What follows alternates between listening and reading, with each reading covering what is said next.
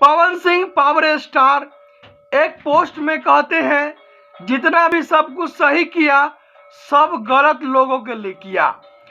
होता है क्या, पूरी कहानी चुनाव से जुड़ी हुई है। पवन सिंह को इस बार 2024 के लोकसभा चुनाव लड़ने का पूरा मन बना चुके हैं और पवन सिंह कह चुके हैं कि हम 2024 के लोकसभा चुनाव या किसी पार्टी से लड़ूंगा या पार्टी कोई नहीं टिकट देती है तो हम निर्दलीय चुनाव लड़ूंगा। चले, इस बात को घोषणा कर चुके हैं, लेकिन पहले जैसे ही यह घोषणा किए पवन सिंह, बीजेपी के ओर से पवन सिंह को बंगाल क्षेत्र लोकसभा क्षेत्र आसनसोल से चुनाव लड़ने के लिए आदेश आता है तो बड़ी खुश होते हैं। उसके कल होकर पवन सिंह कहते हैं कि हम आसनसोल से चुनाव नहीं लड़ेंगे।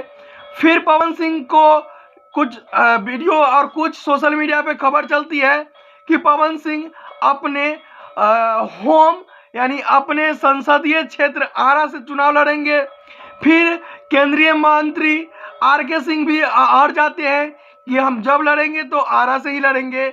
अब बड़ी खबर निकल के आ रही है कि पवन सिंह अपने सोशल मीडिया पे पोस्ट करते हुए लिखे हैं कि देखिए भाई, हम अपने भोजपुरी समाज, अपने सामाजिक तौर पे अपने राज्य में अपने माँ के लिए, अपने माँ की इच्छा पूरा करने के लिए 2024 के चुनाव लड़ूंगा तो लड़ूंगा, ये तय तमन्ना हो चुकी है।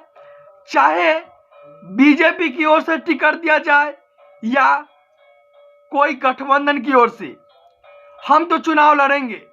यानी कि पूरी खबर हमको संभावना सूत्र से पता चला है कि पवन सिंह कांग्रेस की ओर जा सकते हैं।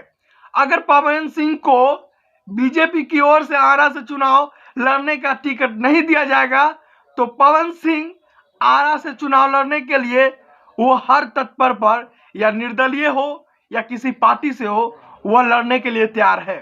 तो आप कमेंट करके बताइएगा पवन सिंह दोनों पोस्ट का क्या मतलब निकल के आती है।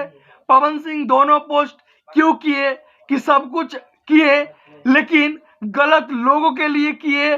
फिर दूसरे पोस्ट में लिखते हैं अपने समाज, अपने राज्य, अपने देश और अपने माँ के लिए चुनाव लड़ूंगा, चाहे कुछ भी करना पड़े या निर्दलीय हो। तो आप कमेंट करके बताइएगा कि मनीष का पवन सिंह कैसे, क्या इनका क्या कथन है, किस पार्टी से चुनाव लड़ सकते हैं।